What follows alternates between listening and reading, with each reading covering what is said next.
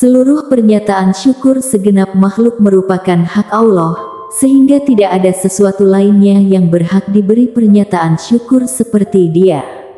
Allah Tuhan yang telah menciptakan manusia hidup berpasang-pasangan agar dapat menjalankan tugas berketurunan dan mengembangbiakan jenisnya, telah menetapkan adanya fitrah perjodohan.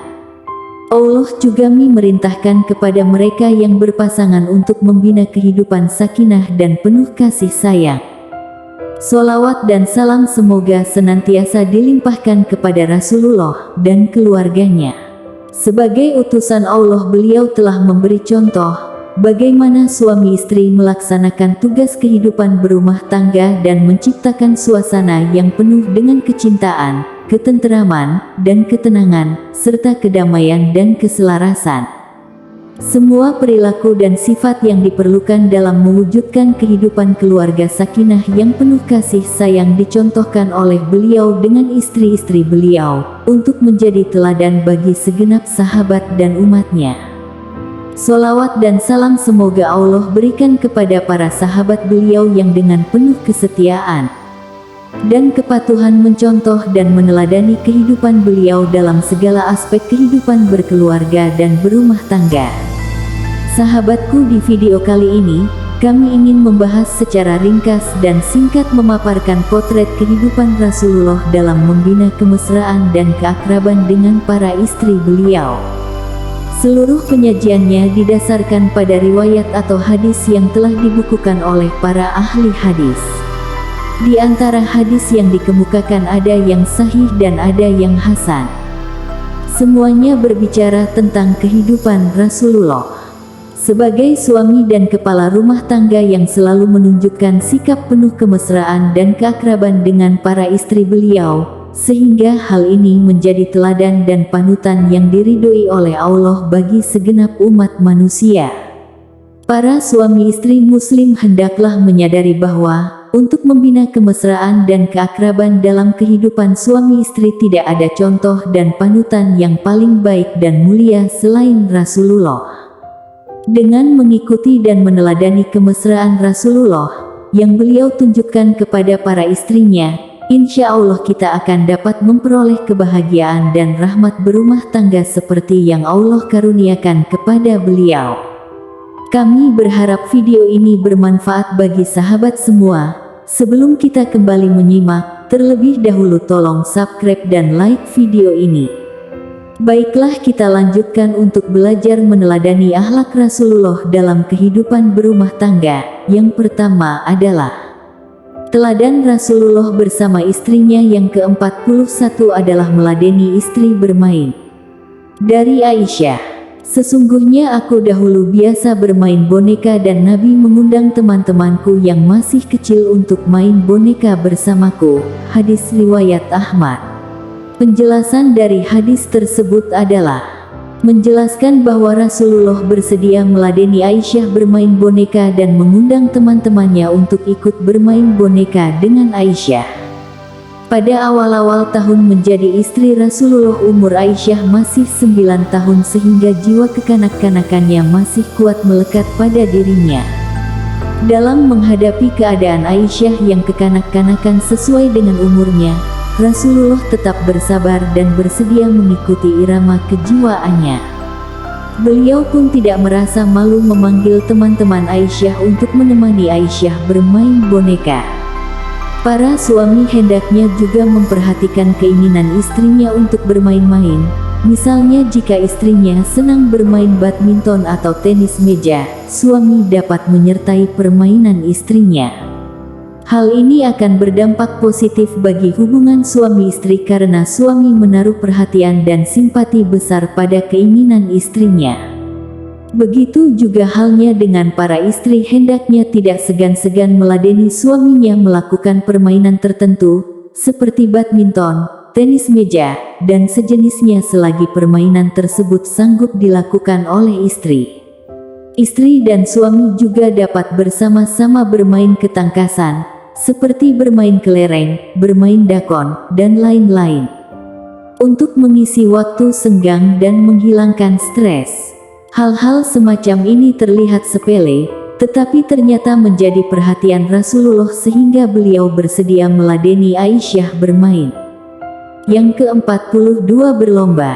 Aisyah berkata, Rasulullah berlomba denganku hingga aku dapat mendahuluinya. Demikianlah aku selalu dapat mendahuluinya sampai ketika aku menjadi gemuk, beliau berlomba denganku dan beliau dapat mendahului aku. Rasulullah bersabda, kali ini penebus yang dulu. Hadis riwayat Ahmad dan Abu Dawud. Penjelasan dari hadis tersebut adalah bahwa Rasulullah tidak segan-segan berlomba lari dengan istrinya. Aisyah menceritakan kepada kita bahwa ketika Rasulullah berlomba lari dengan Aisyah yang badannya masih kecil, beliau kalah.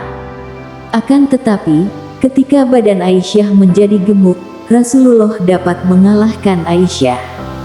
Suami, sebagaimana Rasulullah tidak boleh segan atau risih atau malu berlomba lari dengan istrinya di tempat yang layak. Walaupun Rasulullah sibuk dengan pekerjaan sehari-hari, ternyata beliau tetap mempunyai waktu untuk bercengkerama dengan istri beliau, di antaranya dengan berlomba lari. Kejadian ini ternyata sangat berkesan mendalam pada diri Aisyah sehingga ia menceritakannya kepada kita. Dengan cerita ini Aisyah ingin menggambarkan betapa mesranya Rasulullah dengan dirinya sehingga beliau tidak segan-segan berlomba lari dengan dirinya. Banyak cara yang dapat digunakan oleh para suami istri untuk selalu dapat berdekatan dan bermesraan dengan pasangannya, di antaranya dengan berlomba lari atau memilih olahraga lainnya yang disukai untuk dimainkan bersama. Para suami istri dapat mengambil pelajaran berharga dari teladan Rasulullah di atas. Yang ke-43 memanggil dengan kata-kata mesra. Dari Aisyah ia berkata, surat yang pertama aku pelajari dari Al-Quran adalah surat Toha. Dahulu jika aku membaca Toha, kami tidak menurunkan Al-Quran kepadamu supaya kamu menjadi celaka. Rasulullah berkata kepadaku, wahai Aisyah, engkau tidak akan celaka. Hadis riwayat Ibnu Asakir, dalam kitab tarikhnya.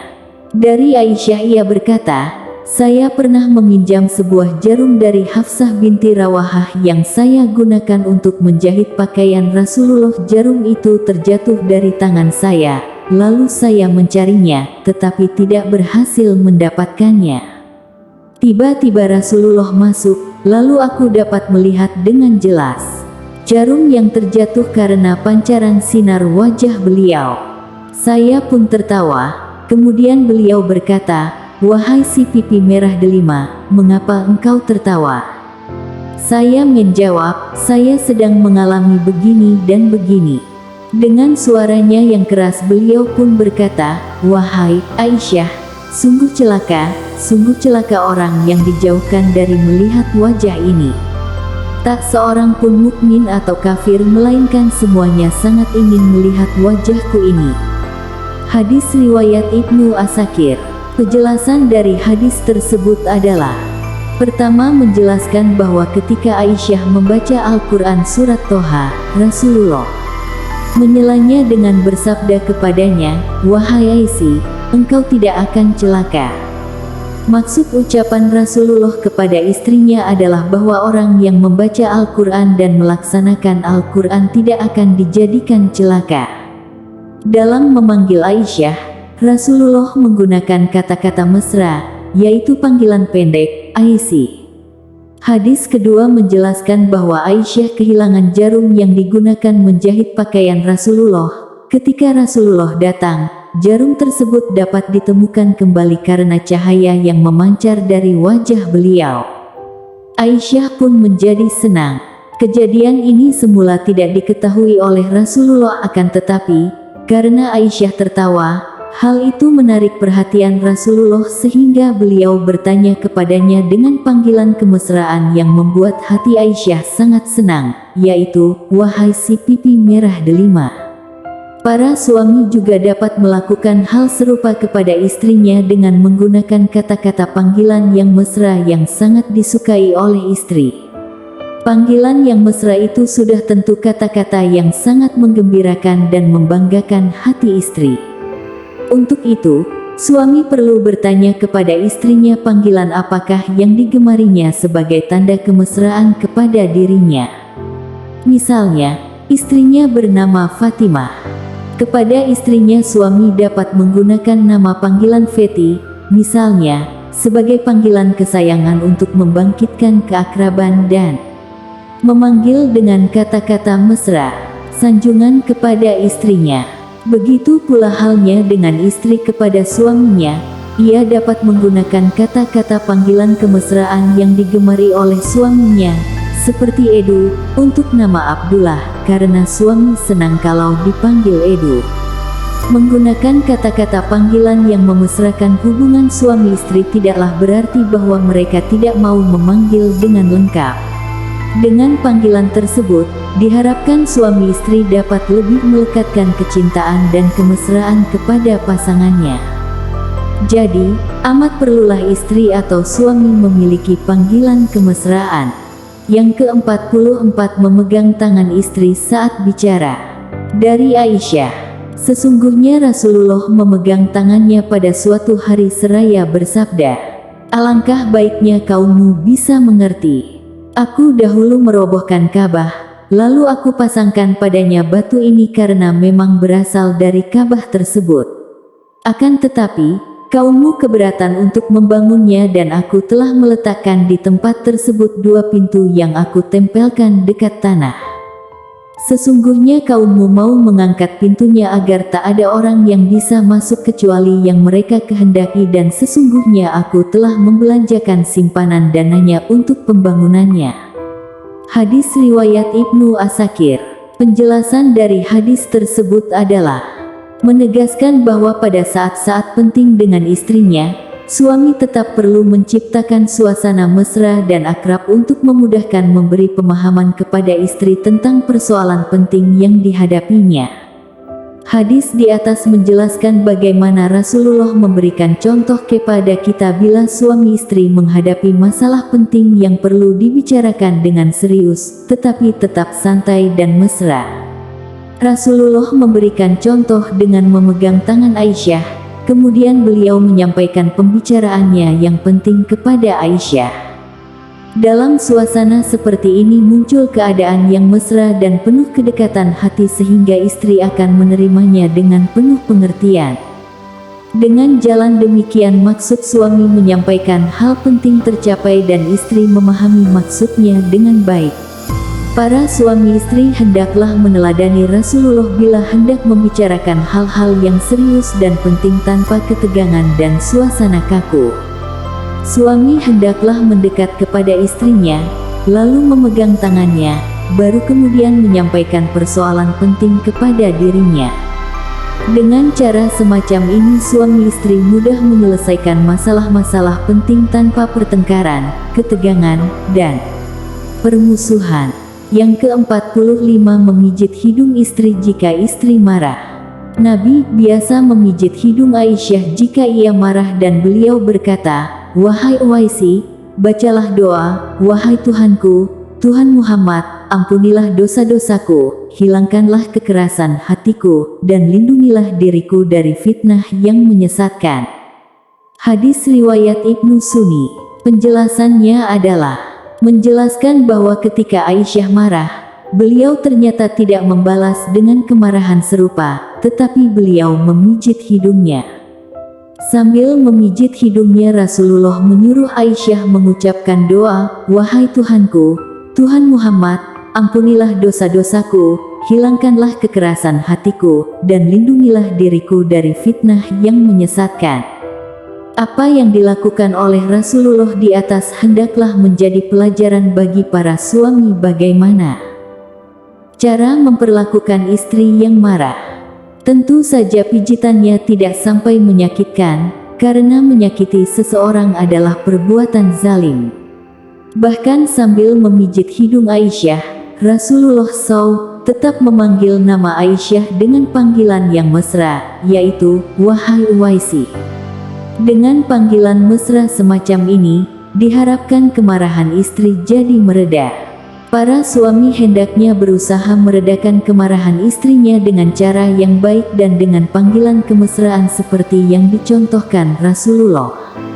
Yang ke-46, istri tidak menjauhi suami saat sedang marah. Dari Aisyah, ia berkata, Rasulullah mengatakan kepada saya, sesungguhnya aku mengetahui bila engkau merasa senang kepadaku dan bila engkau marah kepadaku. Saya bertanya, dari mana engkau mengetahui itu? Beliau menjawab, apabila engkau merasa senang kepadaku, engkau mengucapkan, tidak. Demi Tuhan Muhammad, akan tetapi, apabila engkau marah kepadaku, engkau mengucapkan, tidak. Demi Tuhan Ibrahim, saya menjawab, betul, demi Allah. Betul, ya Rasulullah. Saya tidak meninggalkanmu, hanya aku tidak menyebut nama-mu. Hadis riwayat Muslim. Penjelasan dari hadis tersebut adalah, Rasulullah dapat membedakan keadaan Aisyah kepada beliau. Kalau senang, Aisyah menyebut demi Tuhan Muhammad. Akan tetapi, kalau marah, ia menyebut demi Tuhan Ibrahim. Jadi, nama Muhammad tidak ia sebut. Walaupun sedang marah, Aisyah tidak meninggalkan Rasulullah, baik meninggalkan tempat tidurnya maupun meninggalkan rumahnya. Ia tetap setempat tidur dan serumah dengan beliau. Para istri muslimah hendaklah menjadikan hal ini sebagai teladan dalam kehidupan rumah tangga. Jika istri marah kepada suami, hendaklah tidak tidur sendiri dan meninggalkan tempat tidur suami atau pergi dari rumah suami. Hal ini dapat memperparah keadaan, sehingga hubungan suami istri semakin tegang. Bila istri marah kepada suami, hendaknya ia tetap tidur satu tempat tidur bersama suami. Kemarahannya hendaklah dinyatakan dengan cara lain, sehingga hubungan suami istri tidak menjadi renggang. Cara tersebut misalnya, tidak memanggil nama suami dengan sebutan yang biasa digunakan, tetapi menggunakan sebutan lain. Dengan cara seperti ini hubungan suami istri insya Allah akan tetap baik dan kemesraannya tidak hilang. Yang ke-47, menghibur istri yang sedang menangis. Dari Aisyah, sesungguhnya Nabi menemuinya, sedangkan ia mengalami haid, tepatnya di daerah Sarak sebelum memasuki kota Makkah. Saat itu Aisyah sedang menangis. Beliau bertanya, kenapa dengan kamu? Apakah kamu sedang haid? Aisyah menjawab, benar. Beliau bersabda, sesungguhnya ini adalah sesuatu yang memang telah ditentukan oleh Allah terhadap makhluk yang bernama wanita. Tetap laksanakanlah apa yang menjadi tuntutan seorang yang sedang melakukan ibadah haji. Hanya saja kamu tidak boleh melakukan tawaf di Ka'bah. Lebih lanjut Aisyah mengatakan, sewaktu berada di Mina, aku disuguhi daging sapi. Aku bertanya dengan heran, apa ini? Para sahabat yang mengantarkannya menjawab, Rasulullah telah berkorban seekor sapi buat istri-istrinya. Hadis riwayat Bukhari. Penjelasan dari hadis ini adalah bahwa ketika Aisyah menunaikan ibadah haji bersama mengalami haid, ia menangis, sebab merasa tidak akan bisa menjalankan ibadah haji dengan sempurna bersama Rasulullah seperti yang ia idam-idamkan sejak dari Madinah. Namun Rasulullah menghibur Aisyah dengan mengatakan bahwa dirinya tetap dapat melaksanakan semua acara-acara ibadah haji kecuali tawaf. Hadis di atas menjelaskan kepada kita bahwa Rasulullah tidak membiarkan Aisyah menangis dalam menghadapi persoalan dirinya. Beliau justru menenteramkannya dengan memberikan jalan keluar sebagaimana yang ditetapkan oleh Allah kepada kaum perempuan yang melaksanakan haji, tetapi terhalang oleh haid. Dengan demikian, Aisyah menjadi tenteram dan mau menghentikan tangisnya, lalu melaksanakan haji bersama Rasulullah seperti halnya para sahabat lainnya. Hadis di atas memberikan pelajaran kepada para suami bahwa jika istrinya menghadapi problem sehingga membuat dirinya menangis, hendaklah suami menghibur atau menenteramkan hati istrinya dengan memberikan jalan keluar dari problem yang dihadapi oleh istrinya. Suami sebaiknya tidak menanggapi problem yang dihadapi istrinya dengan sikap marah atau acuh tak acuh, apalagi memaki-maki. Para suami hendaklah meniru perbuatan Rasulullah di atas supaya ikatan cinta dan mesra suami istri terjalin dengan baik. Dengan cara demikian, pergaulan suami istri dalam rumah tangga berjalan dengan penuh keharmonisan, ketenteraman, dan ketenangan. Bersambung.